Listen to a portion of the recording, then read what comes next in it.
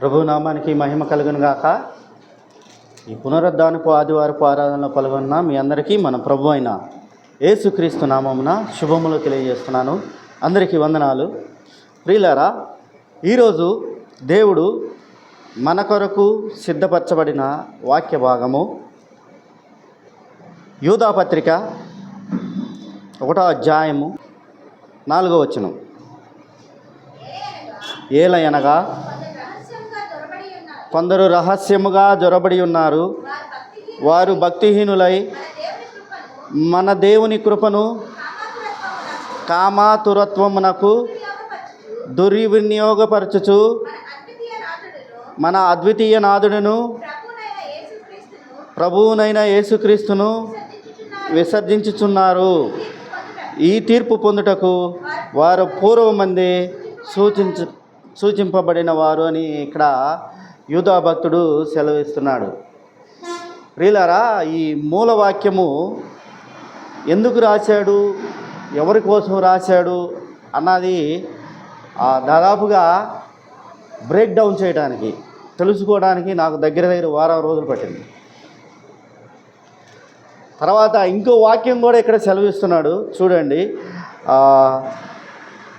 22వ వచనం చూడండి. సందేహపడు వారి మీద కనికరము చూపుడి, అగ్నిలో నుండి లాగినట్టు కొందరిని రక్షించుడి.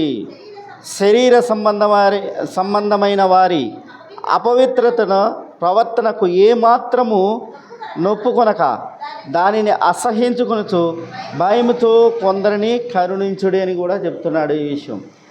సో ఇది యూదా భక్తుడు తెలియజేస్తున్న విషయాలు. ఒకటి 4వ వచనంలో ఏం చెప్తానంటే, మన దేవుని కృపను కామాతురత్వమునకు దుర్వినియోగపరుస్తున్నాడని తెలియజేస్తున్నాడు.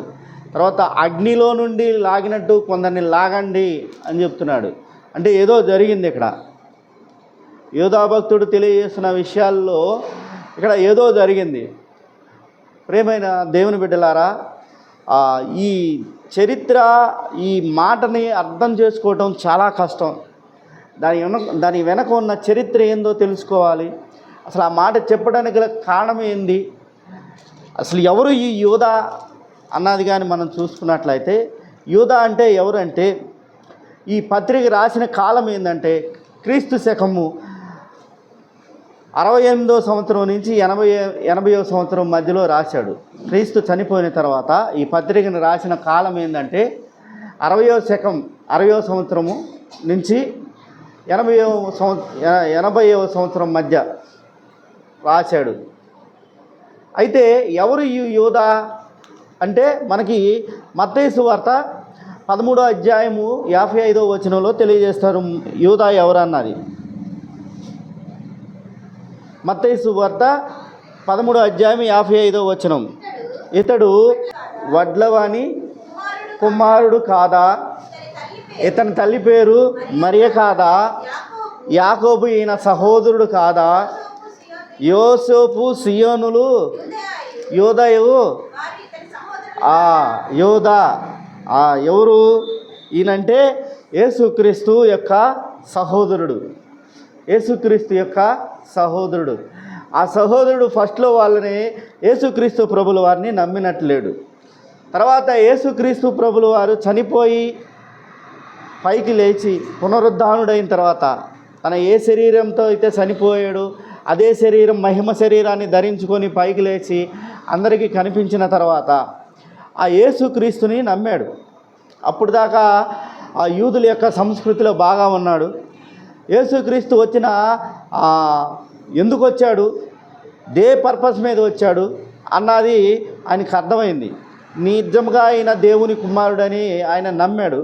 నమ్మిన తర్వాత యేసుక్రీస్తు యొక్క సువార్తలో పాల్గొన్నాడు. ఎవరితో? పేతురుతోనూ యోహానుతోనూ వీళ్ళందరితో యేసుక్రీస్తుని గురించిన సువార్తని ప్రకటించడంలో ఈయన పాల్గొన్నాడు. ఇది యూదా.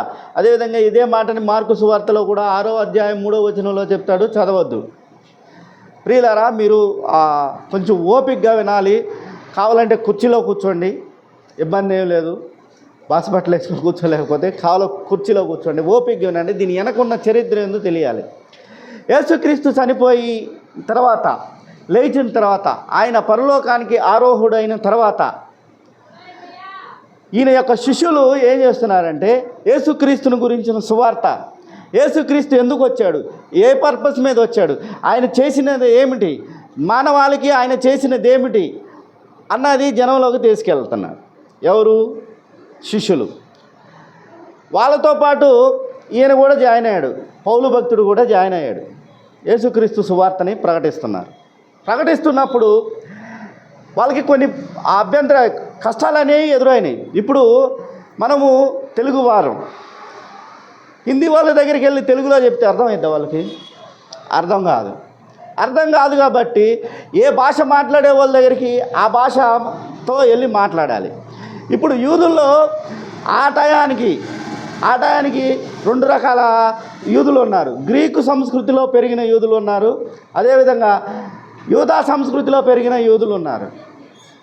గ్రీకు సంస్కృతిలో పెరిగిన యూదులు ఉన్నారు, అదేవిధంగా యూదా సంస్కృతిలో పెరిగిన యూదులు ఉన్నారు. ఈ గ్రీకు సంస్కృతిలో పెరిగిన యూదులు దేనికి బాగా అలవాటు పడ్డారంటే గ్రీకు దేవతలకి మరియు రోమా ప్రజలు ఆరాధించే దేవతలకు బాగా అలవాటు పడి ఉన్నారు. అంటే వాళ్ళ యొక్క సంస్కృతిలో వీళ్ళు భాగమైపోయి ఆ సంస్కృతికి తగ్గట్టుగా యెహోవా దేవుణ్ణి ఆరాధించడం మొదలుపెట్టారు. అది సంగతి. ఇప్పుడు వాళ్ళ దగ్గరికి వెళ్ళి సువార్త ప్రకటించాలి. క్రీస్తు యొక్క సువార్తని ప్రకటించాలంటే ఏం చేయాలి? కంపల్సరీగా గ్రీక్ భాష మాట్లాడాలి, లేకపోతే అర్థం కాదు. అదేవిధంగా పాలస్తీనాకి వెళ్ళినప్పుడు అక్కడ ఉండే ప్రజల యొక్క భాషను మాట్లాడాలి. ఈజిప్ట్కి వెళ్ళినప్పుడు ఈజిప్ట్ ప్రజల భాష మాట్లాడాలి. సిరియాకి వెళ్ళినప్పుడు సిరియా ప్రజల యొక్క భాష మాట్లాడాలి. ఇరాక్కి వెళ్ళిన అనగా బబులోని దేశం లాంటి దేశాలకు వెళ్ళినప్పుడు ఆ దేశ ప్రజల యొక్క భాషలు మాట్లాడాల్సి వచ్చింది ఈ క్రీస్తు పరిచారులకి. ఇప్పుడు ఏం చేయాలి? క్రీస్తుని గురించి చెప్తున్నప్పుడు వాళ్ళకి కొన్ని కష్టాలు ఎదురైన తర్వాత ఏం జరిగింది అంటే వాళ్ళ సంస్కృతిలో వాళ్ళ భాషల్లో మాట్లాడాల్సి వచ్చినప్పుడు వాళ్ళకి ఎదురైన సంఘటనలు నాలుగు సంఘటనలు ఎదురైనాయి. వాళ్ళకి 4 రకాల బోధలు ఎదురైనాయి. ఏంటిది అంటే యూదుల బోధ ఒకటి ఎదురైంది. దాన్ని వాళ్ళని ఏమనంటే ఎబియోనైట్స్ అంటారు, ఎబీనీలు అంటారు వాళ్ళని. అదొక బోధ. తర్వాత రెండో బోధగా వాళ్ళకి వచ్చిన కష్టం ఏంటంటే గ్నోనస్టిజం అంటారు. గ్నైసికులు అంటారు వీళ్ళని. ఇది రెండో తత్వం. వాళ్ళ తత్వాలు చెప్తున్నాను నేను మీకు. మూడో తత్వం ఏంటంటే డాసేటిజం అంటారు. ఇది మూడోది. నాలుగోది ఏంటంటే నికోయిలాతుల బోధ. మీకు తెలిసే ఉంటుంది. నికోయిలాతులు ఎక్కడ ఉంటుంది? నికోయిలాతులు ఎక్కడ ఉంటారు?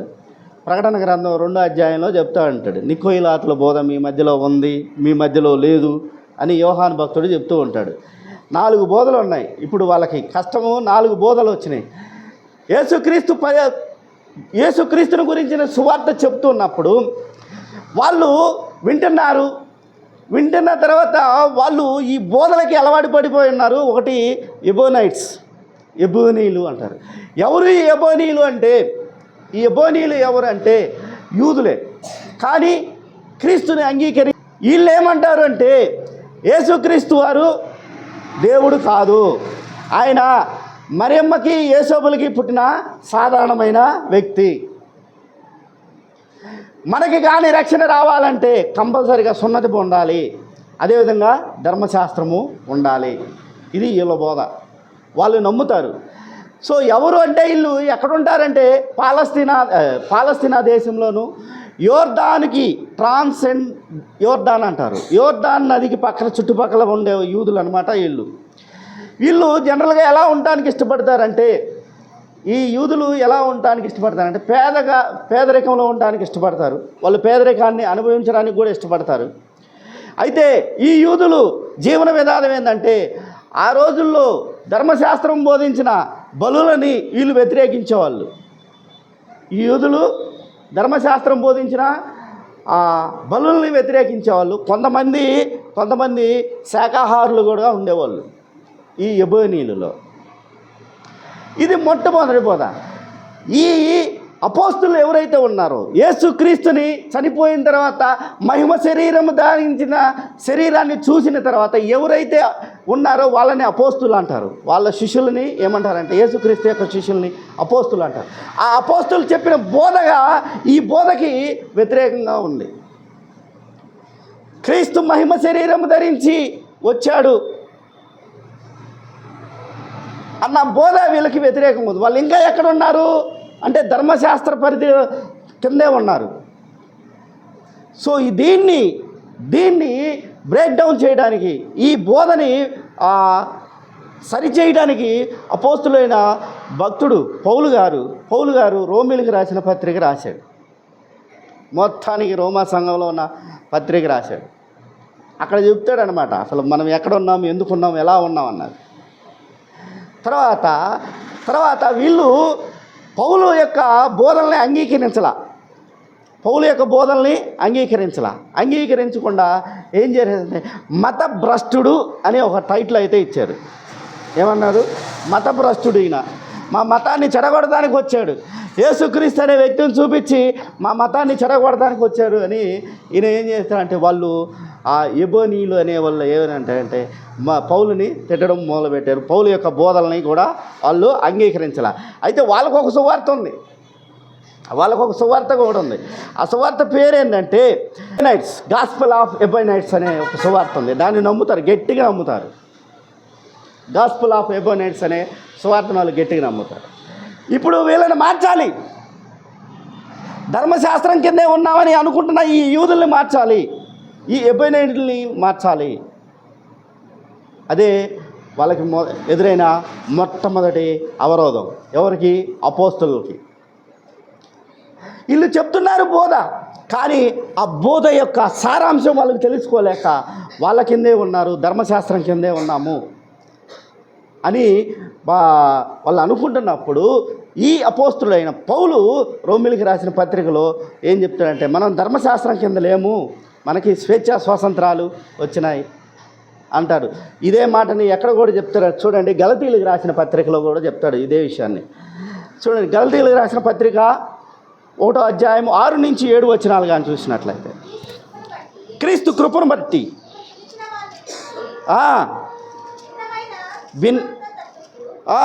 భిన్నమైన సువార్త తట్టుకు మీరింత త్వరగా తిరిగిపోవడం చూడగా నాకు ఆశ్చర్యమవుతుంది. ఏందంట భిన్నమైన సువార్త అంటే ఏంది?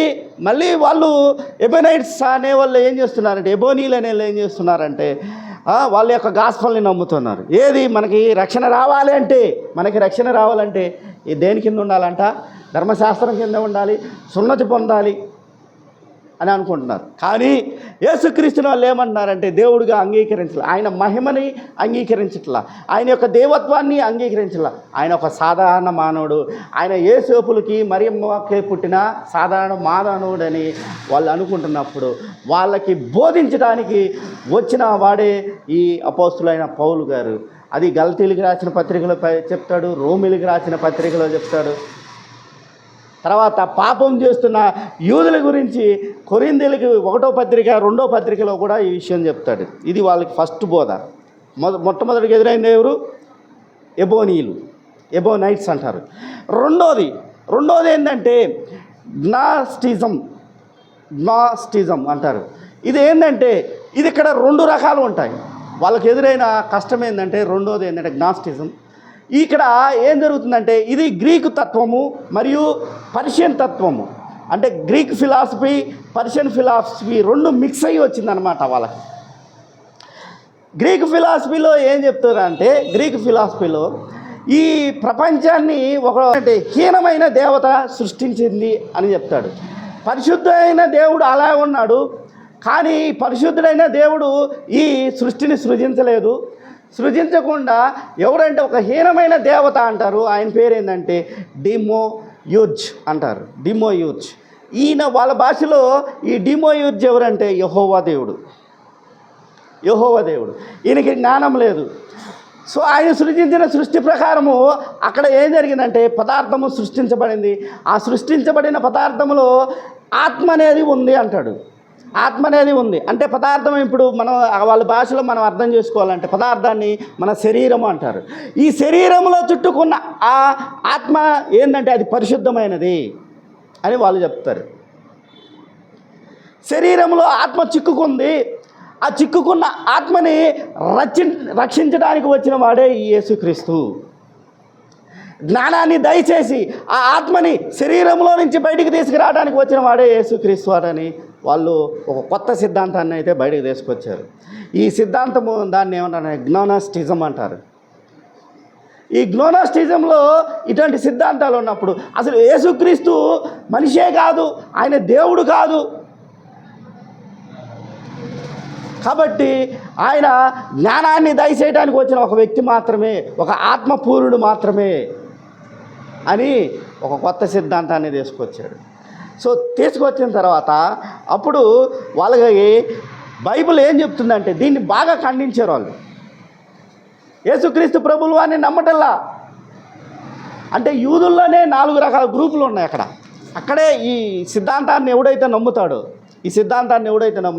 అక్కడే 4 గ్రూపులు ఉన్నాయి.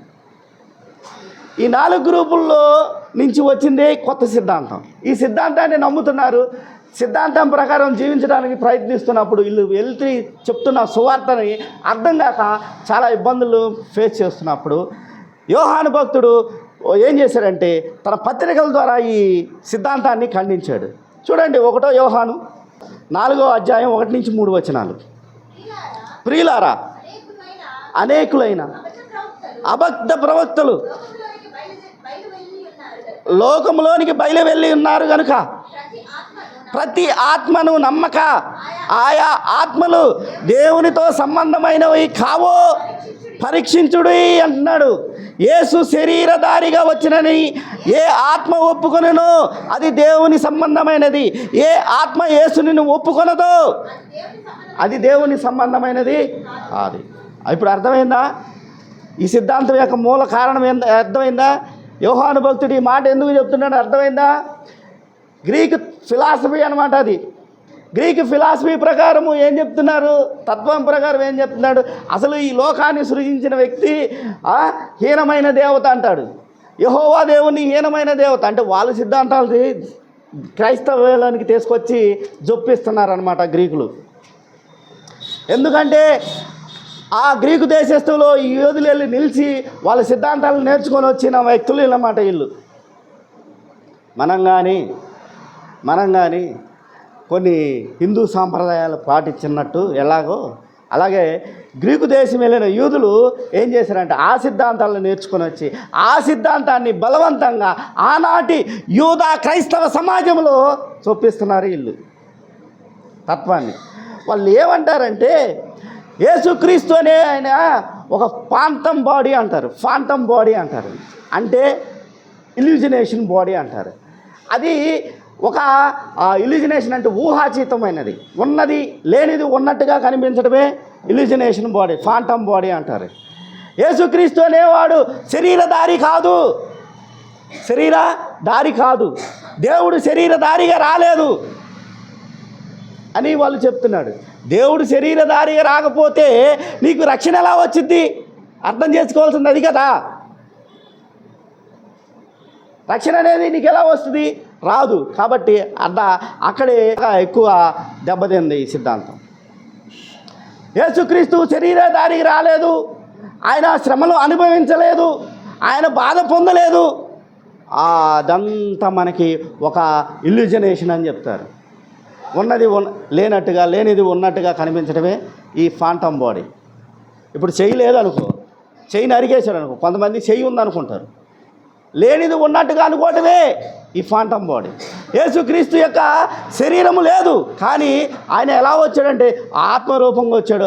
ఆత్మరూపంగా ఎందుకు వచ్చాడంటే ఈ భస్ట శరీరంలో ఒక డివైన్ పార్టికల్ ఉంది, డివైన్ ఆత్మ స్పిరిట్ అనేది ఉంది.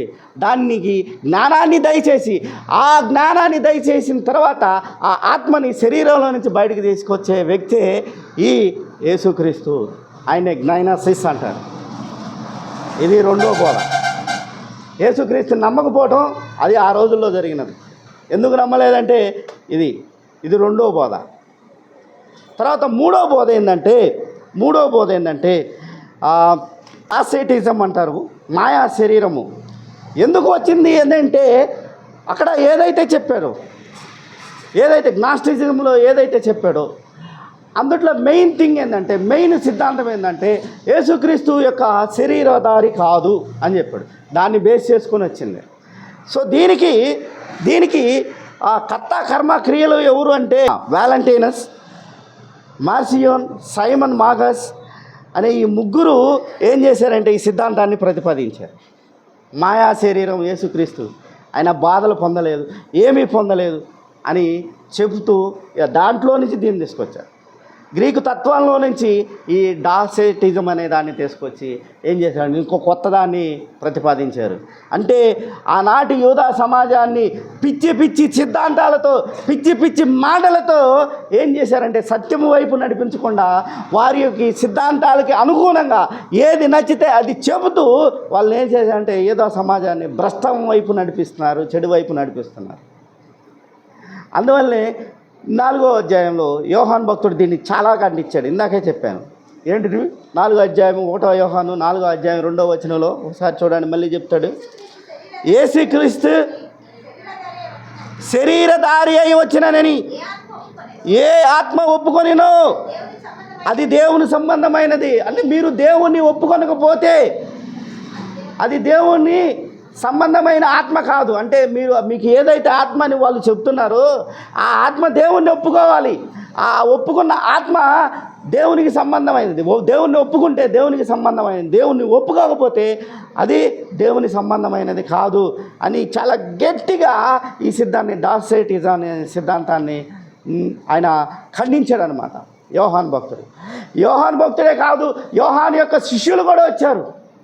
యోహాను యొక్క శిష్యులు కూడా వచ్చి క్రీస్తు శకం 60వ దగ్గర నుంచి రెండవ శకం అంతం వరకు 200 సంవత్సరాల పాటు ఈ సిద్ధాంతాలని ఖండించుకుంటూ యేసుక్రీస్తు మహిమ శరీరాన్ని ధరించి ఇంకా ఆయన నీ కొరకు నా కొరకు చనిపోయాడు, ఆయన బాధలు నొందాడు, శరీరధారిగా వచ్చాడు అని వాళ్ళు యేసుక్రీస్తు యొక్క సువార్తని ప్రకటించారు. ఆ రోజుల్లో ఆదిమ సంఘాల్లో ఎంత కష్టమైన బోధ ఉండేదంటే, ఎంత కష్టపడేవాళ్ళంటే యేసుక్రీస్తుని గురించిన సువార్తను ప్రకటించడానికి ఆదిమ సంఘాల్లో అపోస్తులు చాలా కష్టాలు ఫేస్ చేశారు. ఒక్కొక్కడు కోరచూపు చూసేవాళ్ళు, భ్రష్టజీవుడా, భ్రష్ట మనిషి అని తిట్టేవాళ్ళు. పాపం పౌలునైతే చాలా ఇదిగా తిట్టారు. పేతురు యోహాన్ను అయితే ఇక చెప్పేదే విషయమే లేదు. యోహాన్ను అయితే అసలు వెలివేశారు. యోధా సమాజం నుంచి వెలివేస్తే ఎక్కడికి వెళ్ళాడు? ఎఫెసు సంఘానికి వెళ్ళాడు మరేమని తీసుకొని. చాలా జరిగినాయి, మీకు తెలియదు. బైబిల్ కొంతమే చెప్తుంది. బ్రేక్ డౌన్ చేయాలి, ఆ విషయాలన్నింటినీ బ్రేక్ డౌన్ చేసుకొని అర్థం చేసుకోవటమే ఇది. నాకైతే ఫిజిక్స్ అయినా అర్థమవుతుంది, కానీ ఈ బైబిల్ని ఒక చిన్న పత్రికని చదవడానికి దగ్గర వారం రోజులు పడుతుంది. మా ఆవిడ అనిద్ది, ఎందుకు అంత కష్టపడుతున్నావు? కాదు, దాన్ని అర్థం చేసుకోవాలి, అక్కడ ఆ విషయం ఏందో అర్థం చేసుకోవాలి, తెలుసుకుంటేనే అక్కడ ఆ మాట ఎందుకు రాశాడన్నా తెలుస్తుంది అని మనం ఏం చేయాలి. వారం రోజులు కాలేజీ నుంచి ఇంటికి రావడం, కూర్చోవడం, చూడటం, చదవటం చాలా చేసాం. సరే, వాట్ ఎవర్ ఇట్ మేబీ, మనం దాని గురించి అర్థం చేస్తాం. ఇప్పుడు 4వ బోధ 3 అయినాయి. 4వ బోధ ఏంది? నికోలాతుల బోధ. ఎవడు ఈ నికోలాతులు అంటే అపోస్తుల కార్యాలు 6వ అధ్యాయము 5వ వచనంలో చూపిస్తాడు. చూడు, అపోస్తుల కార్యాలు 6వ అధ్యాయము 5వ వచనంలో చూపిస్తాడు. ఈ మాట జన సమూహం అంతటికి ఇష్టమైనందున వారు విశ్వాసముతోను పరిశుద్ధాత్మతోను నిండుకొనిన వారై స్టెఫను, ఫిలిప్పు, ప్రొకోరు, నికానోరు, బర్నబాసు, యూదుల మత ప్రవిష్టుడును అంతియోక సంఘానికి నాయకుడైన ఏంది నికోలాను అంటారు ఆయన్ని. ఈడు ఆ రోజుల్లో అంతియోక సంఘానికి పాస్టర్గా బిషప్గా వెళ్ళాడు. వెళ్ళినోడు ఏం చేయాలి? అంతియోక సంఘం ఎక్కడ ఉంటుందంటే సిరియా దేశంలో ఉంటుంది. సిరియా దేశంలో ఉన్న అంతియోక సంఘానికి వెళ్ళినప్పుడు ఏం జరుగుతుందంటే ఈయన్ని పాస్టర్గా పెట్టారు. మరి పెట్టినప్పుడు ఏం చేయాలి? యేసుక్రీస్తుని గురించిన సువార్తని ప్రకటించాలి. అపోస్తులు ఆల్రెడీ చెప్తున్నారు, వాళ్ళని బోధని చూసుకోవాలి. కానీ ఈడు ఎటువంటి బోధన తీసుకొచ్చాడు తెలుసా? జనంలోకి ఒక భ్రష్టమైన బోధన తీసుకొచ్చాడు నికోలా. ఏంటిది అంటే అపోస్తుడైన పౌలు చెప్పిన బోధ అర్థము కాక, అపోస్తుడైన పౌలు చెప్పిన బోధ అర్థము కాక ఆ బోధని వేరే విధంగా తీసుకెళ్ళాడు. ఎలాంటి వేరే విధంగా తీసుకెళ్ళాడంటే ఇప్పుడు చెప్తాడు మూలవాక్యంలో. చూడండి, మూలవాక్యానికి వెళ్ళండి ఒకసారి. యేసుక్రీస్తు ఇచ్చిన కృపని, మన దేవుడు ఇచ్చిన కృపని చూడండి. 4వ వచనం మూలవాక్యంకి వెళ్ళండి. ఏలయనగా కొందరు రహస్యముగా జ్వరబడి ఉన్నారు, వారి భక్తిహీనులై మన దేవుని కృపను కామాతురత్వమునకు దుర్వినియోగపరచెను. దేనికి ఉపయోగించారంట?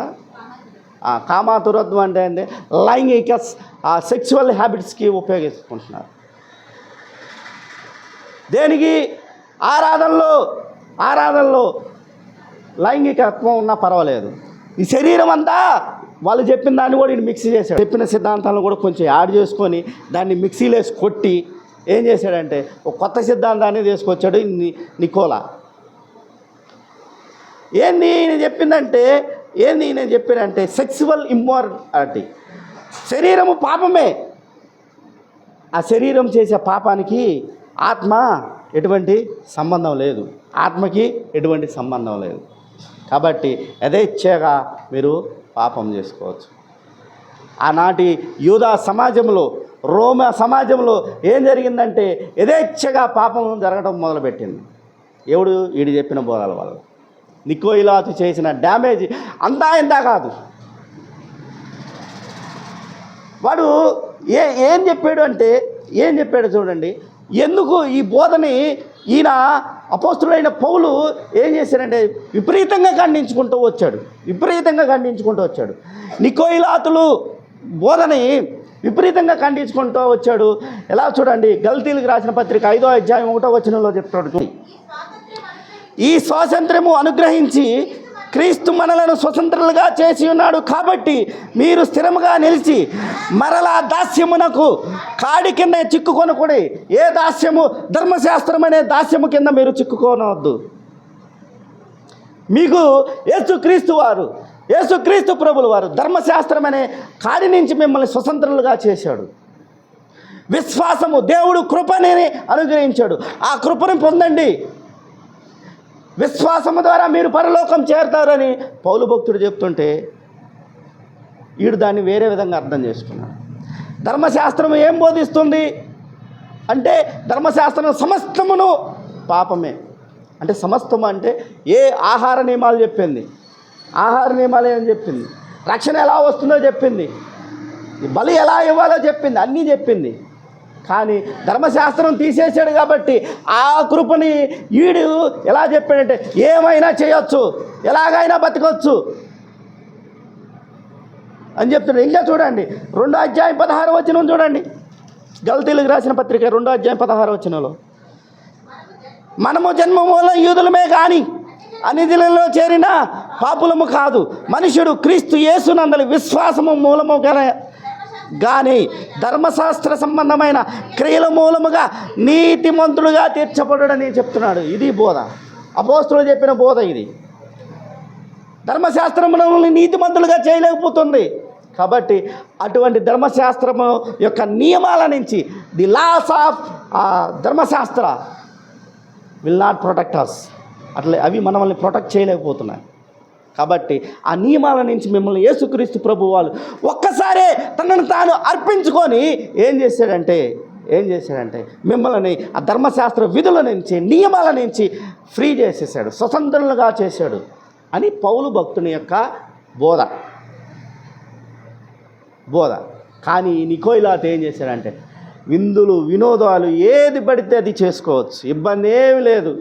మనము విగ్రహాలకు అర్పించిన బలులు మాంసం ఏదైతే ఉందో ఆ మాంసం తినొచ్చు అని చెప్తున్నాడు. ఆ మాంసంతో విందులు చేసుకోవచ్చు అనుకుంటున్నాడు, పార్టీలు చేసుకోవచ్చు అనుకుంటున్నాడు. లైంగికంగా ఎవరితో పోయినా తప్పేం కాదని చెప్తున్నాడు. ఈ నేచర్ ఎవరికి ఉందంటే ఆ రోజుల్లో రోమీలకు ఉంది. రోమా సామ్రాజ్యంలోని ప్రజలకి, రోమా సామ్రాజ్యపు అలవాట్లు, సంస్కృతిలో పెరుగుతున్న ప్రజలకి వాళ్ళకి ఈ అలవాట్లు ఉంటాయి. వాళ్ళు ముగ్గురు దేవతలు బాగా చాలా దేవతలు, వాళ్ళు ప్రతిదానికి, ప్రతి దేవతకి, ప్రతి ధర్మానికి ఒక దేవతను పెట్టుకున్నారు మనలాగా. కానీ అందుట్లో ఒక దేవత ఉంది, బక్కాస్ ఉత్సవం అంటారు. ఈ బక్కాసు ఉత్సవానికి వెళ్తే అక్కడ వాళ్ళు మందు తాగుతారు, మత్తులుగా ఉంటారు, మందు తాగుతారు. ఇక ఆ మందు తాగిన తర్వాత ఆ ఉత్సవంలో ఏం జరిగిద్దో నేను ఈ డయాస్ మీద నుంచి మాత్రం చెప్పడానికి నాకు అవకాశం లేదు. అంత భయంకరంగా ఉండింది. ఎవడు భార్యతో వెళ్తున్నాడో తెలియదు, ఏ స్త్రీ ఎవరి భర్తతో వెళ్తుందో కూడా తెలియదు. ఆడపిల్ల కనిపిస్తే అయిపోయినట్టే. అంత భయంకరంగా ఉండేది ఈ బక్కాసోత్సవం. దీనికి భయపడి ఆ రోమా సామ్రాజ్యమే క్రీస్తు శకము 260లో బ్యాన్ చేసింది. 200 క్రీస్తుకు పూర్వం భయపడి బ్యాన్ చేసింది. అటువంటి ఆ ఆచారాలు వాళ్ళు పాటిస్తుంటే దాన్ని ఈడేం చేశాడంటే, నికోలా అనే ఏం చేశాడంటే ప్రోత్సహించాడు. యాక్చువల్గా ఆయన ఏం చేయాలి? క్రీస్తు సువార్తని ప్రకటించాలి, క్రీస్తు నీ కొరకు నా కొరకు వచ్చాడని ప్రకటించాలి. కానీ ఏం చేస్తున్నాడంటే పౌలు చెప్పిన బోధ ఏదైతే ఉందో ఆ బోధని దేనికి ఉపయోగించాడంటే మూలవాక్యంలో చెప్తాడు. ఏం చెప్తున్నాడు? కామాతురత్వానికి దేవుడు ఇచ్చిన కృపని మీరు దేనికి ఉపయోగిస్తున్నాడంటే కామాతురత్వానికి ఉపయోగిస్తున్నాడు. అది సంగతి. అంటే ఈ బోధ ఎవరిది? నికోయిలా బోధ. వీళ్ళు ఏమంటారు? ఎవడైతే నికోలా బోధించిన బోధ ఉందో ఆ నికోలా బోధించిన బోధల్ని పాటించే వాళ్ళని ఏమంటారు? నికోయిలాతులు అంటారు.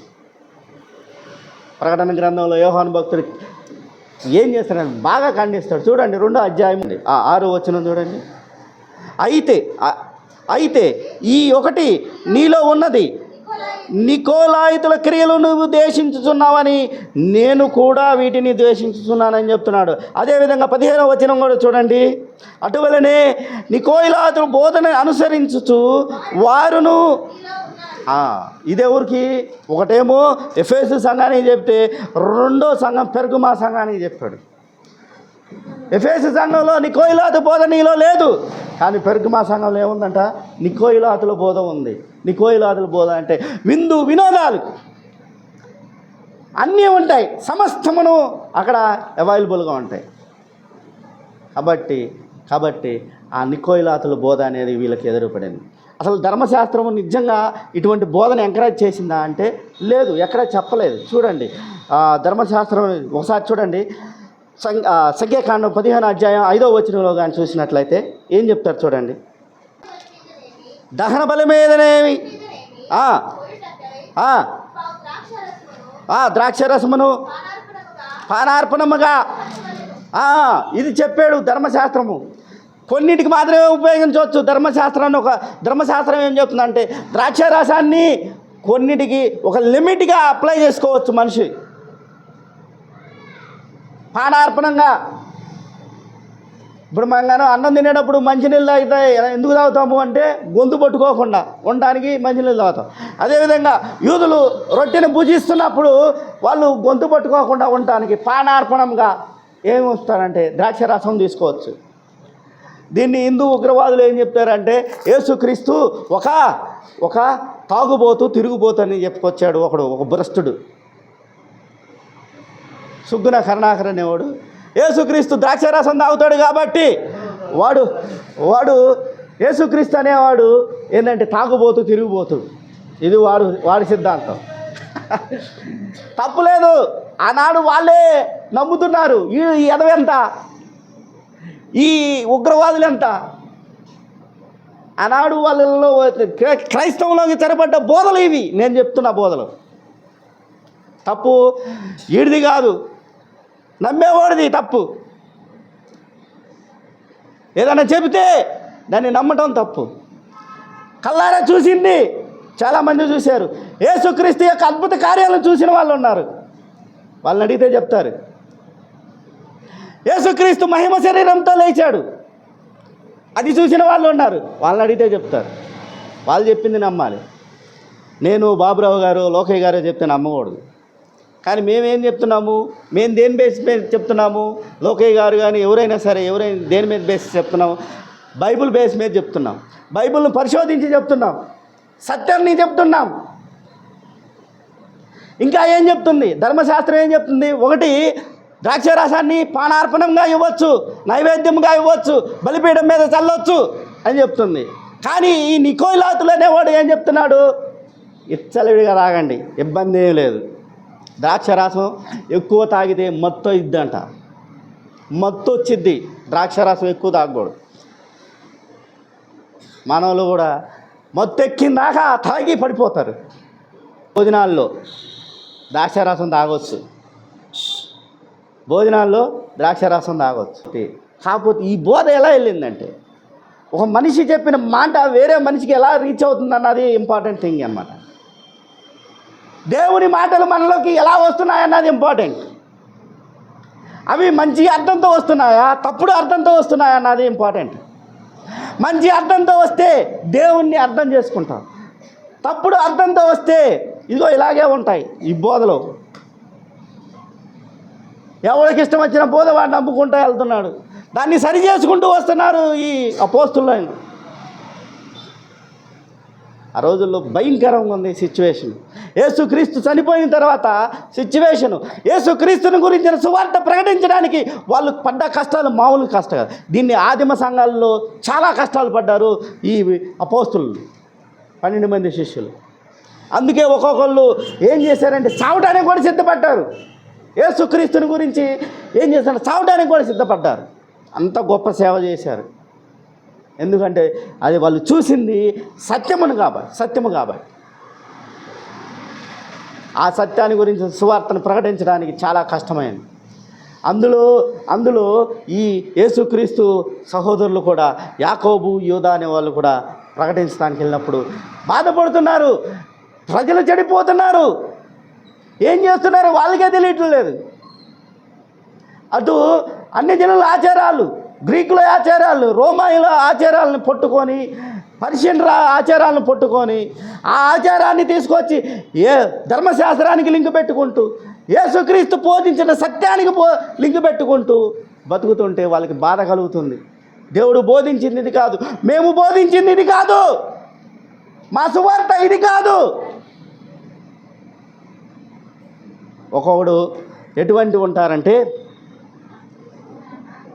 ఈ రోజుల్లో పాస్టర్లు ఎలా ఉంటారు, అప్పుడు సువార్తని ఇప్పుడుకి అప్లైకి అన్వయించుకుంటే ఎలా ఉండిద్దంటే, వచ్చే ఒక వ్యక్తి ఉన్నాడు, పొద్దున లెగిస్తే మైకు పట్టుకుంటే డబ్బులు ఇవ్వండి అని అడగటమే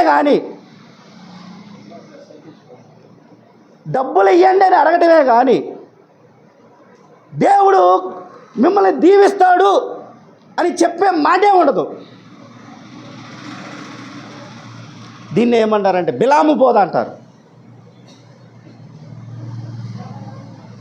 బిలాము బోధ. డబ్బు కాశపడి ఇజ్రాయేల్ ప్రజలను శపించడానికి వెళ్ళిన వ్యక్తి బిలాము. అప్పటికి దేవుడు ఖండిస్తానే ఉన్నాడు, గాడిద కూడా ఖండించింది, అయినా సిగ్గురాల. దేవుడు ప్రజల్ని వ్యభిచారం వైపు తిప్పాడు. మోయాబీ స్త్రీలతో వ్యభిచారం ఏం చెప్పాడు, అసలు ఏంది రాయల్ని ఎలా నాశనం చేసేదంటే, ఇంకా మనసు డబ్బులు చూస్తూ ఆ బంగారాన్ని, ఇంటికి పెట్టే వెండిని చూసి తట్టుకోలేక, అరే ఒకటే ఒక మార్గం ఉందిరా బాలాకు, ఏంది అంటే వీళ్ళని మీ స్త్రీలు ఉన్నారు కదా, ఆ స్త్రీలతో వ్యభిచారం చేయించు. వాళ్ళ దేవుడు మామూలు దేవుడు కాదు, ఎప్పుడైతే వ్యభిచారం చేస్తాడో వాళ్ళని నాశనం చేసి పెడతాడు అని చెప్పేశాడు. సంఖ్యాకాండంలో చెప్తాడు 25వ అధ్యాయం. 31:16 కూడా చెప్తాడు. అప్పుడు 24,000 మందిని చంపేశాడు దేవుడు. మోయాబీలు స్త్రీలతో వ్యభిచారం చేసి వాళ్ళ యొక్క దేవతలకి మొక్కినందుకు. ఎవడు బోధ వల్ల? బిలాము బోధ వల్ల.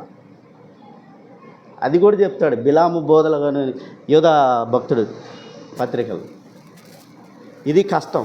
నికోయిలాతు అంటే నికోలా అనేవాడు ఏం చేశాడంటే దేవునికి వ్యతిరేకంగా వాడు సత్యాన్ని తెలుసుకున్నా కానీ ఏం చేశాడంటే దేవునికి వ్యతిరేకంగా సత్యాన్ని గురించిన సాక్ష్యం ఇవ్వకుండా ఏం చేశాడంటే ఇమ్మోరల్ సెక్సువాలిటీని బాగా పెంపొందించాడు ఆ రోజు యోధా సమాజంలో.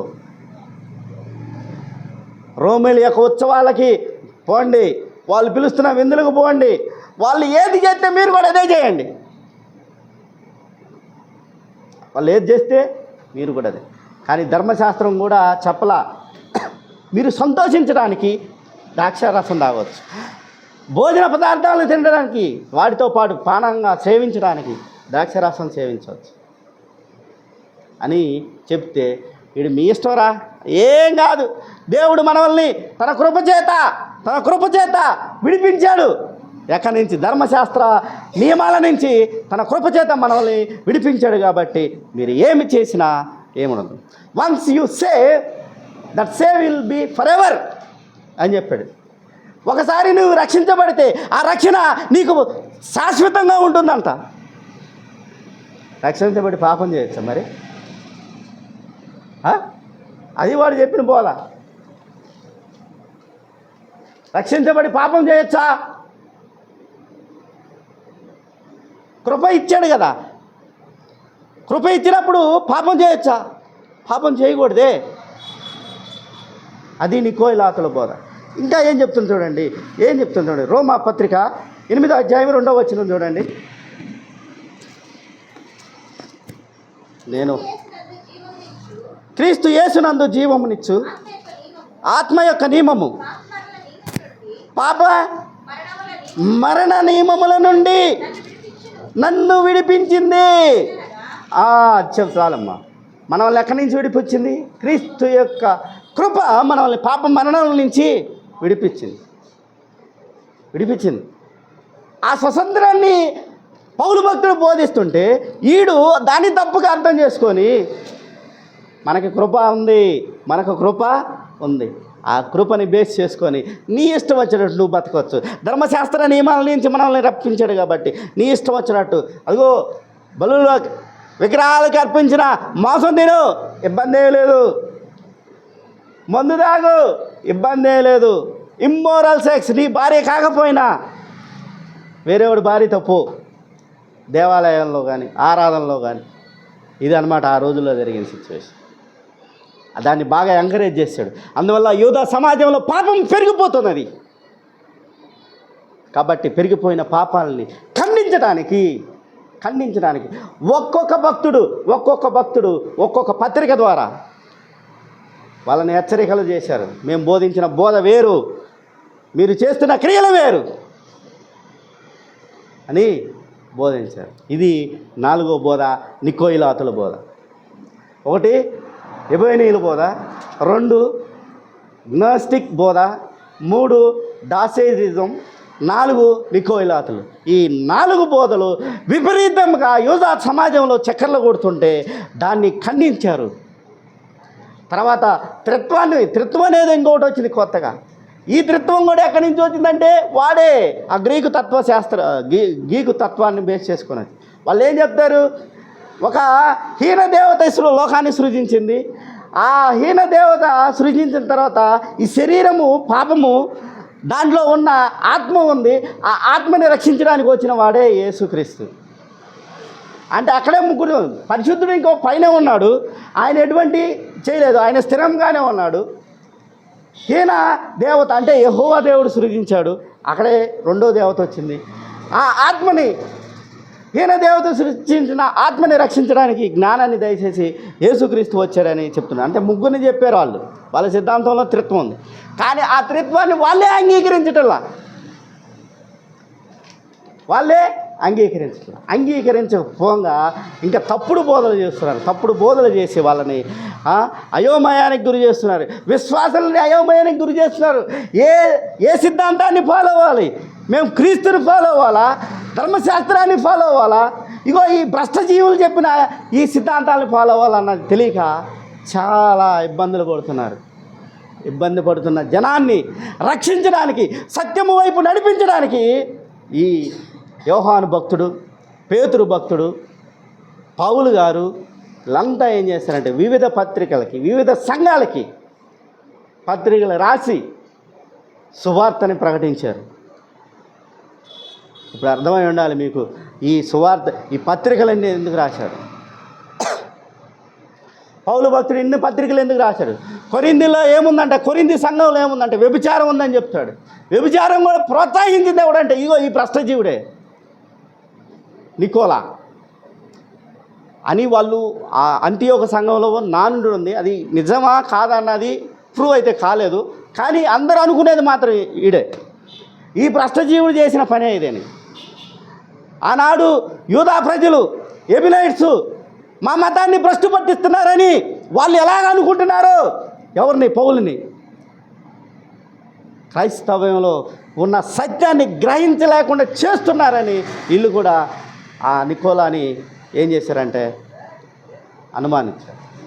అనుమానం కాదు, 100కి 100 రెట్లు. వీడి తర్వాత ఇంకొకళ్ళు వచ్చారు చూడండి, వాళ్ళ పేరు ఏంటంటే పాల్ ఆఫ్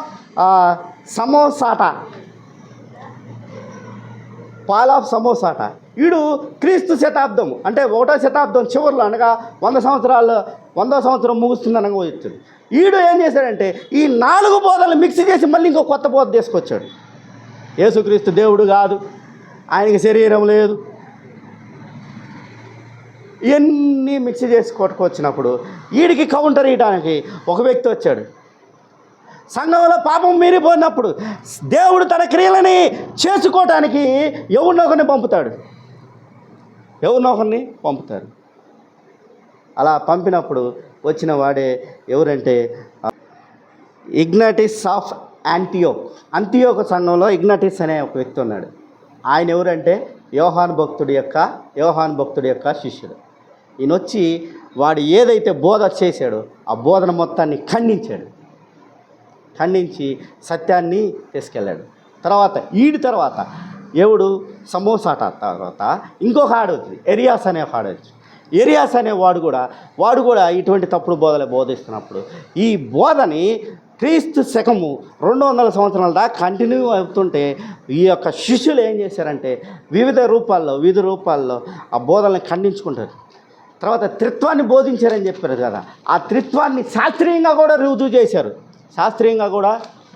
ఎవరు అంటే శాస్త్రీయంగా రుజువు చేసింది బాసిల్ ది గ్రేట్, ఆయన గ్రోగరీ ఆఫ్ నిస్సా ఆయన, తర్వాత గ్రోగరీ ఆఫ్ నజీనియాస్ అనే ఆయన. ఈ ముగ్గురు యేసుక్రీస్తు అంటే దేవుని యొక్క త్రిత్వాన్ని, పరిశుద్ధ శక్తి స్వరూపుడు, పరిశుద్ధాత్మదేవుడు, మానవ స్వరూపుడు, ఈ మూడింటిని శాస్త్రీయంగా నిరూపించి అందరి నోర్లు మూయించారు.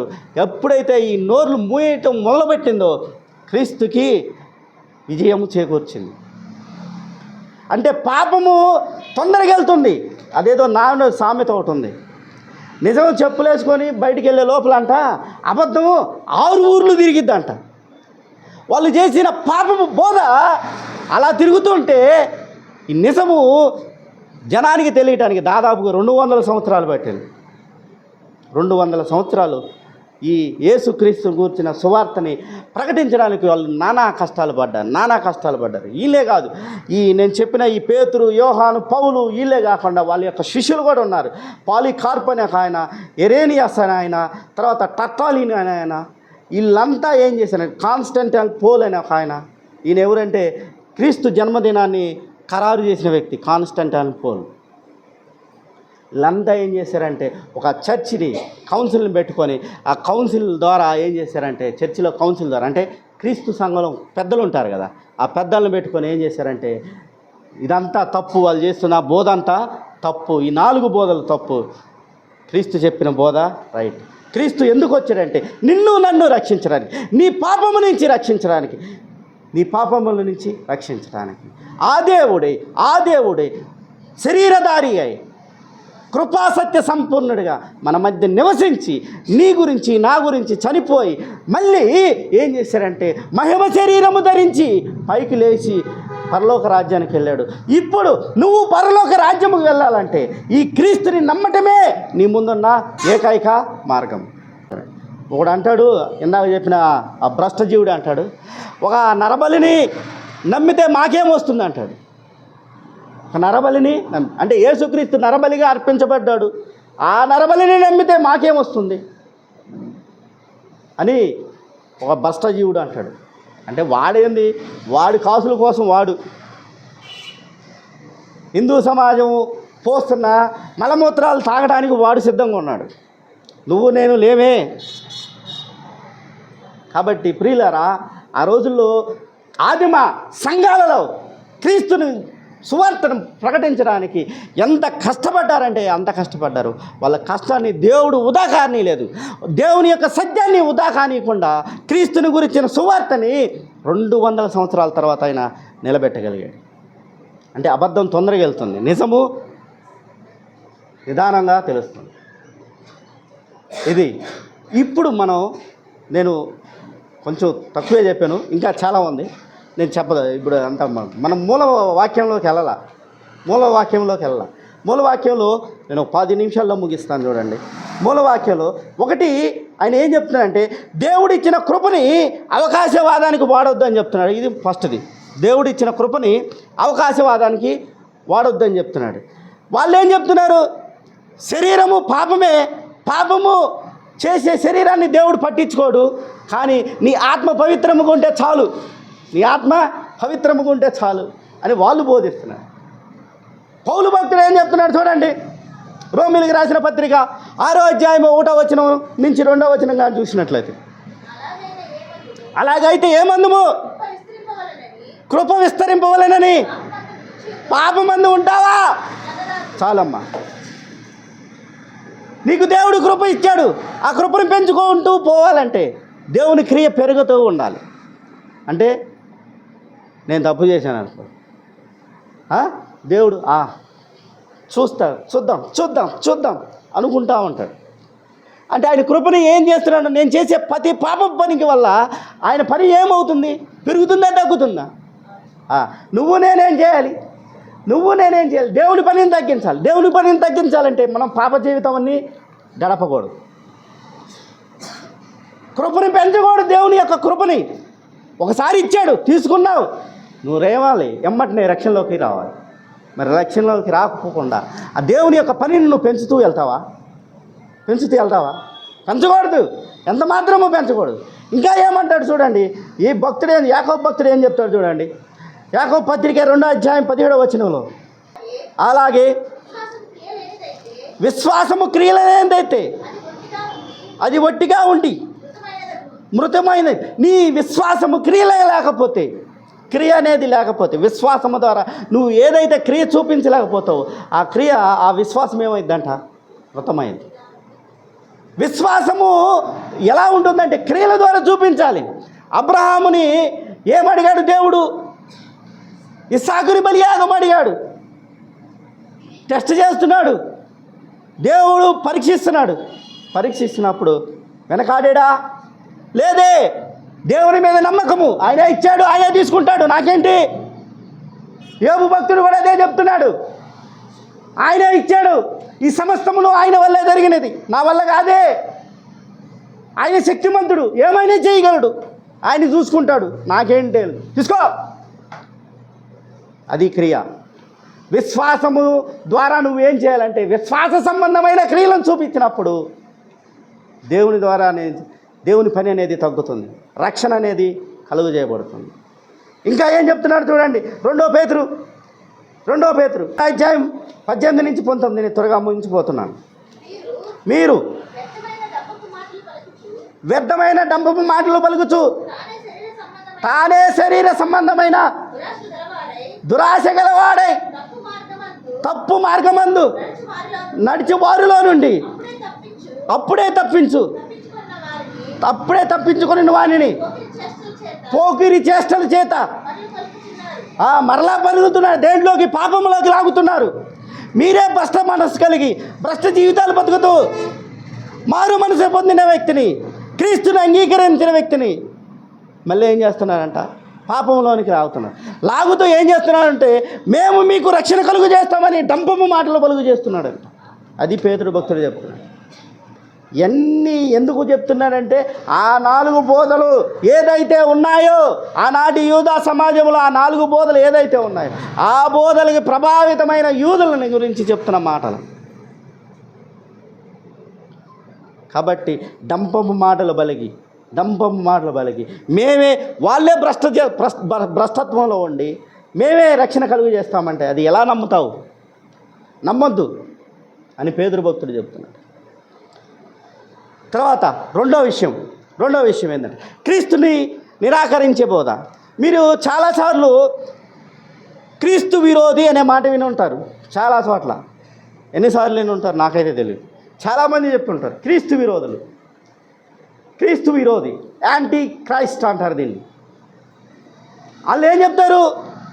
డోసిజం అనే టిక్స్ ఏం చెప్తారు అంటే క్రీస్తు దేవుడు కాదు, క్రీస్తుకి శరీరం లేదు, ఆయన బాధ పొందలేదు, మరణం పొందలేదు, కాబట్టి ఆయన నమ్మాల్సిన అవసరం లేదు. వీళ్ళే క్రీస్తు విరోధి.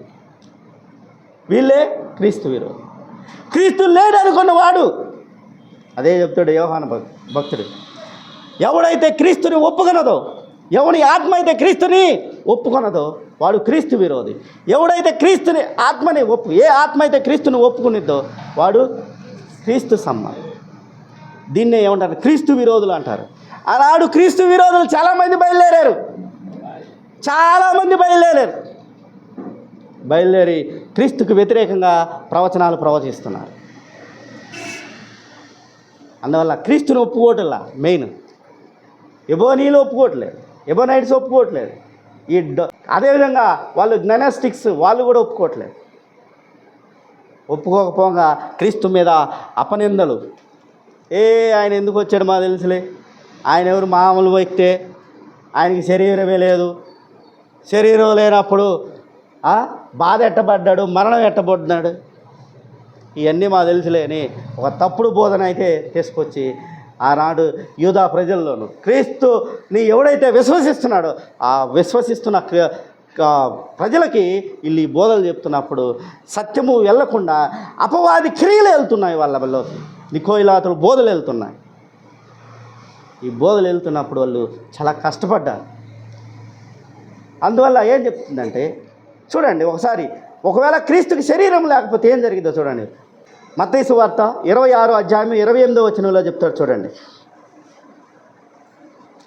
క్రీస్తుకి శరీరం లేకపోతే ఇవన్నీ జరుగుతాయా? మత్తయి సువార్త 26వ అధ్యాయమే, ఈ నా రక్తము అనగా పాప క్షమాపణ నిమిత్తము అనేకుల కొరకు చిందింపబడుతున్న నిబంధన రక్తము. ఈ నా రక్తం నేను ఏదైతే చెందిస్తున్నానో ఆ రక్తము నిబంధన రక్తం. ఎవరి కొరకు? అనేకుల పాపుల కొరకు చిందింపబడుతున్న నిబంధన రక్తం. నాకు శరీరమే లేకపోతే రక్తమే నుంచి వచ్చింది. ఒక ఇల్యూజినేషన్ అనుకుంటే, ఒక భ్రమ అనుకున్నట్లయితే, యేసుక్రీస్తు అనేవాడు ఒక భ్రమ అనుకున్నట్లయితే ఆయనకి రక్తమే నుంచి వచ్చింది. ఆయన ఆ రక్తాన్ని ఎలా చిందించబోతున్నాడు తెలుసుకోవద్దు. యెషయా భక్తుడు ఏం చెప్తున్నాడు చూడండి. 53వ అధ్యాయం 5వ వచనంలో చెప్తున్నాడు చూడండి. యెషయా భక్తుడు ఏం చెప్తున్నాడు?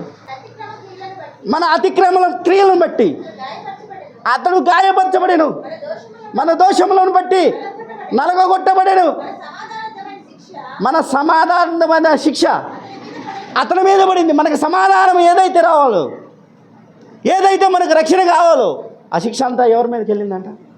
ఎవరి మీదకి వెళ్ళింది? దేవుడు పంపే వ్యక్తి మీదకి వెళ్ళిపోయి ఆయనే ఒక్కసారే తన ప్రాణాలను అర్పించి దేవుని దగ్గరికి నిన్ను నన్ను తీసుకెళ్ళడానికి ఆ దేవాది దేవుడే వచ్చాడు. కాబట్టి ఆయనకి రక్తం లేదు, ఆయన దెబ్బలు తినలేదు, గాయాలు పొందలేదు, ఆయన మరణాన్ని అనుభవించలేదు, బాధ నొందలేదు. మీరన్నీ చెప్తున్నారు కదా, బాధ నొందాడు, మరణం పొందాడు, ఇవన్నీ చెప్తున్నారు. అసలు ఆయనకి శరీరమే లేదని మేము చెప్తున్నామని అన్నాడు. ఒక ప్రాపకొండ అయితే యూదా సమాజంలో లేచింది. లేకపోతే ఇవన్నీ ఎట్ట జరిగినాయో లేకపోతే ఇవన్నీ ఎట్ట జరిగినాయి?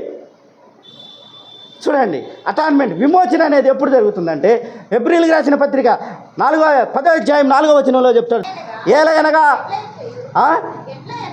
ఎడ్ల యొక్కయు మేకల యొక్కయు రక్తము పాపములను తీసివేయజాలదు, అసాధ్యము. చాలు. నువ్వు బలి తీసుకొచ్చినప్పుడు ఆ రక్తము నీ యొక్క పాపములను తీసేయలేకపోతుంది. తాత్కాలికంగా నిన్ను వాళ్ళ యాక్సెప్ట్ చేసినా అది సంపూర్ణ రక్షణని నీకు కలుగు చేయలేకపోతుంది. సంపూర్ణ రక్షణని కలుగు చేయలేకపోతుంది అని ఎవరు చెప్తున్నారు? పౌలు భక్తుడు చెప్తున్నాడు హెబ్రీయులకి. కాబట్టి ఎఫీసీయులకు రాసిన పత్రిక 2వ అధ్యాయము 8 నుంచి 9 వచనాల్లో ఏం చెప్తాడు పౌలు భక్తుడు? చూడండి. మీరు విశ్వాసం ద్వారా కృప చేతనే రక్షింపబడితిరి. చాలు. రక్షణ ఎలా కలుగుతుందంట? కృప చేత. దేవుడు ఇచ్చిన కృపనే మీరు నమ్మాలి. ఇది దేవుడిచ్చిన కృప. దేవుడు నన్ను రక్షించడానికి తనే మానవ రూపంలో వచ్చాడు. వచ్చి నన్ను పరలోక రాజ్యానికి తీసుకెళ్ళడానికి వచ్చాడని నువ్వు నమ్మాలి. అది దేవుడిచ్చిన కృప. That is the kindness of God.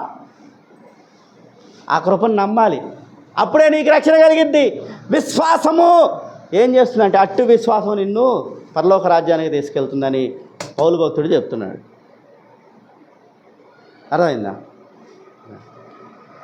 అందువల్ల క్రీస్తుని ఎవడైతే నమ్మడో ఏం చెప్తున్నాడు చూడండి. 1వ యోహాను 2వ అధ్యాయం 22వ వచనంలో ఏం చెప్తున్నాడు చూడండి. యోహాను భక్తుడు ఏం చెప్తున్నాడు చూడండి. యేసు క్రీస్తు కాడని చెప్పువాడు తప్ప ఎవడో అబద్ధికుడు తండ్రిని కుమారుని ఒప్పుకొని వీడే క్రీస్తు విరోధి. ఎవడు? క్రీస్తుని ఎవడైతే ఒప్పుకోడో వాడే యాంటీ క్రైస్ట్, క్రీస్తు విరోధి. తండ్రిని ఒప్పుకున్నవాడు కుమారుని కూడా ఒప్పుకుంటాడు. ఒప్పుకున్నవాడు ఏమవుతాడంటే దేవుణ్ణి విశ్వసించినవాడు. ఎవడైతే కుమారుని ఒప్పుకోడు వాడు ఏం చేస్తాడు? తండ్రిని కూడా ఒప్పుకోనివాడు. ఒప్పుకోకపోతే ఆడు ఏమవుతాడండి? క్రీస్తు విరోధి. వాళ్ళలో పాపం ఉంటుంది. విశ్వాసం అనేది ఉండదు. కాబట్టి ఏం జరుగుతుందంటే నీకు రక్షణ అనేది కలగదు. ఇది 2వ విషయం ఆయన చెప్పింది. ఎవరు? యోధా భక్తుడు. 3వ విషయం నేను త్వరగా ముగిస్తున్నాను చూడండి. 3వ విషయం ఏంటంటే ఆనాటి పెద్దలని అధికారాన్ని తిరస్కరించే బోధ.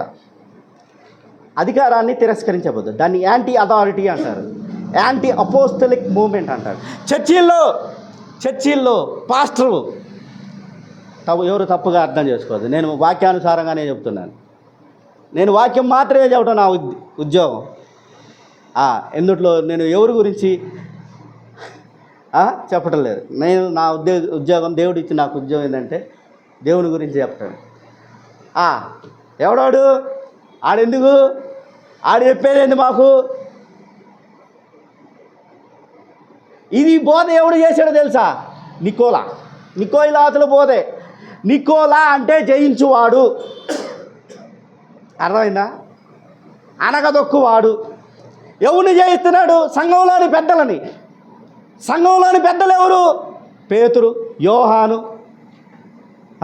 యోధా, వాళ్ళు. వీళ్ళని ఏం చేస్తున్నారు?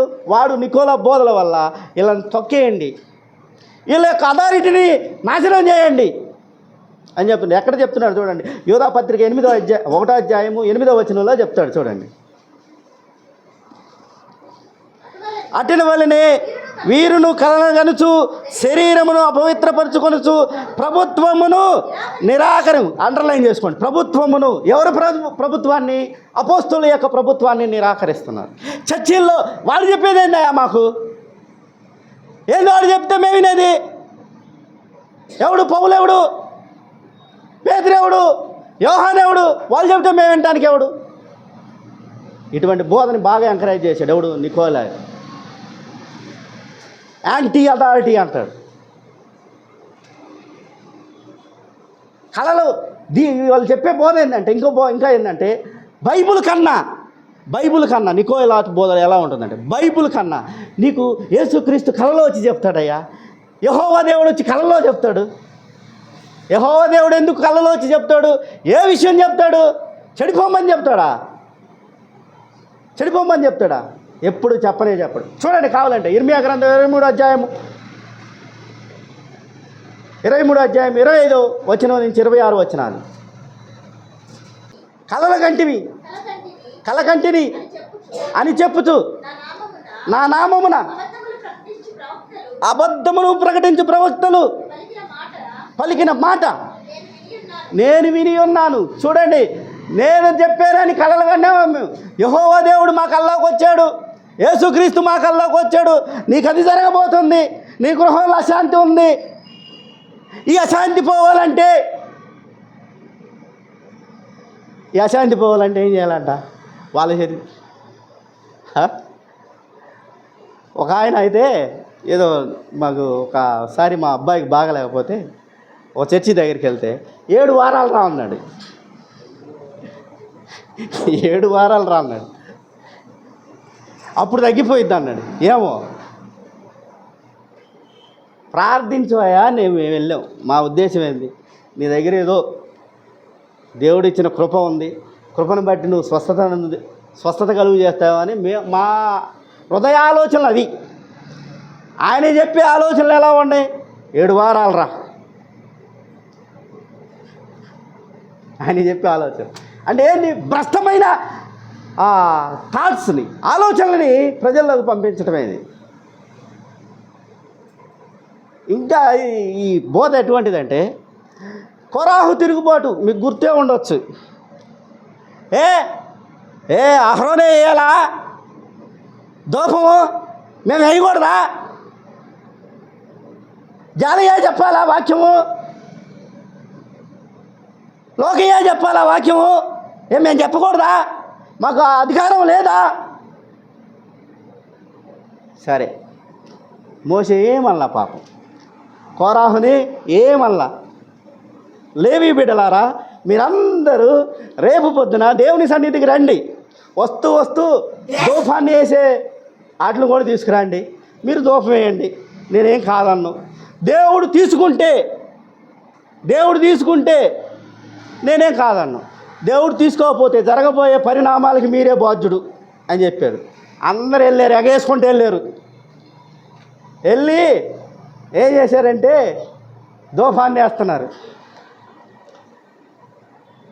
యెహోవా దేవునికి ప్రార్థించాడు మోషే భక్తుడు.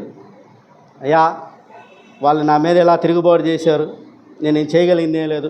ఒకవేళ వాళ్ళ ధూపార్తిని నీకు ఇష్టమైతే తీసుకో, నాకే ఇబ్బంది లేదు అని అహరోను మోషే భక్తుడు దేవునికి మొరబెట్టినప్పుడు, మోషే ఎమ్మటనే నీ జనాన్ని మొత్తాన్ని అందరినీ దూరంగా వెళ్ళమన్నాడు. వెళ్ళి ఒకటే ఒక్క ఆజ్ఞ భూమికి ఆజ్ఞాపించాడు. భూమి నోరు తెరిచిందంట. మొత్తం పోయిపడ్డారు. భూమిలో మొత్తం పోయిపడ్డారు, చచ్చిపోయారు. ఒక్కళ్ళు కూడా మిగల్లా. సంఘాల్లో నాయకత్వాన్ని వ్యతిరేకించే వాళ్ళకి ఎవడైనా సరే ఇదే శిక్ష, దేవుని శిక్ష. కోరాహు తిరుగుబాటు. కానీ కోరాహు కుమారులు కోరాహు చేసిన పనికి ఏం చేశారంటే వ్యతిరేకించారు. 51వ సంకీర్తనలో అదే చెప్తారు. 51వ సంకీర్తన చాలా అద్భుతమైన సంకీర్తన, కోరాహు కుమారులు రచించిన సంకీర్తన. చదవద్దు, టైం లేదు, చాలా టైం అయింది. సో సంఘాల్లో ఎవడైతే అధికారం చలాయించాలనుకుంటాడు, తప్పుడు బోధలను ఉపయోగించి అధికారం చలాయించాలనుకుంటే దేవుడు చూస్తూ ఊరుకోడు. నిన్ను నన్ను, నేను చేసినా ఆయన చేసినా ఎవరు చేసినా దేవుడికి ఇష్టమై పిలిస్తే చేసుకోండి, ఇబ్బంది ఏం లేదు ఎవరికైనా. ఇది మాత్రం ఎవరు కూడా అనేదా భావించవద్దు. నేను ఆ రోజుల్లో ఆ సంఘం సిచ్యువేషన్ చెప్తున్నా, ఇప్పుడు యోధా భక్తుడు చెప్తున్న సిచ్యువేషన్ చెప్తున్నా. తర్వాత మనీ సెంటర్డ్ బోధ, లాస్ట్ది మనీ సెంటర్డ్ బోధ. ఇందాక చెప్పా, ఒక ఆయన ప్రార్థించాలంటే 2000. నేను అప్పుడు మన ఇద్దరం అనుకుంటా కృష్ణ హోటల్ దగ్గరికి ఆయన అప్పుడు ఈయన మీటింగ్స్ పెడుతున్నాడు. పాపము కృష్ణకి ఎవరు చెప్పారో తెలియదు. ఏందా ఆయన చేసే బోధ ప్రార్థించాలంటే చేయి పెట్టి ప్రార్థించాలంటే 2000 కౌరాలకి అత్తే అప్పుడు వచ్చి ఆయన ప్రార్థిస్తాడంట. అదేం బోధ, అదేం ప్రార్థన? ఎందుకు నీకు మనీ? ఆకాశ పక్షులను చూడవు, అవి విత్తవు కోయవు, కానీ కోతకాలం ముందు పంటని సమకూర్చుకుంటావు. నువ్వెవడో అడగటానికి, జనాన్ని డబ్బులు అడగటానికి? ఏం పని నీకు? ఇదివరకు నేను కడుపు మార్చుకొని తిరిగాను, మంచిది. అప్పుడు నేను దేవుడు పోషించాడా లేదా? పోషించాడు. నీ బాగోగులు చూశాడా లేదా? చూశాడు. మరి నువ్వెవడు అడగడానికి? Money centred. నువ్వు విత్తు, నిన్ను దేవుడు ఆశీర్వదిస్తాడు. నువ్వు విత్తు, నిన్ను దేవుడు ఆశీర్వదిస్తాడు. ఇలా మనీ సెంటర్డ్ బోధ అనేది ఆ రోజు సంఘాల్లో ఉంది. దీన్ని కూడా యోధా భక్తుడు ఖండించాడు. ప్రియమైన దేవుని బిడ్డలారా, అందువల్లే యోధా భక్తుడు ఏం చెప్తున్నాడు చూడండి. 22వ వచనంలో చెప్తాడు చూడండి. యోధా భక్తుడు ఏం చెప్తున్నాడు చూడండి. 22వ వచనంలో, సందేహపడు వారి మీద కనికరము చూపుడి, అగ్నిలో నుండి లాగినట్టు కొందరిని రక్షించుడి, శరీర సంబంధమైన వారి పవిత్రనకు ఏమాత్రము నొచ్చుకొనక దానిలో నుంచి దాన్ని అసహించుకొనుచు భయముతో కొందరిని కరుణించాడు. అపవిత్ర కార్యాలు చేస్తే ఆ అపవిత్ర కార్యాన్ని మాత్రమే అసహించుకోండి, కానీ మనిషిని అసహించుకోండి. వాళ్ళు అగ్నిలో పడిపోయి ఉన్నారు, వారిని అగ్నిలో నుండి లాగినట్టు వారిని లాగండి. ఎవడైతే ఈ తప్పుడు బోధలకి, తప్పుడు కార్యాలకి పూనుకుంటా ఉంటాడు, దేవుని సత్యాన్ని కాకుండా అసత్యాన్ని ఎవడైతే బోధిస్తూ ఉంటాడో అట్టి బోధలకి మీరు దూరంగా ఉంటూ, ఎవడైతే ఆ బోధలో ఇరుక్కుపోయి ఉంటాడో అగ్నిలో నుండి వారిని లాగి వారిని రక్షించండి అని యోధా భక్తుడు ఆనాటి యోధా సమాజానికి తెలియజేస్తున్నాడు. ఈనాడు నా ద్వారా దేవుడు మీకు తెలియజేస్తున్నాడు. దేవుడు మిమ్మల్ని, మీ కుటుంబాలని దీవించునుగాక. ఆమేన్.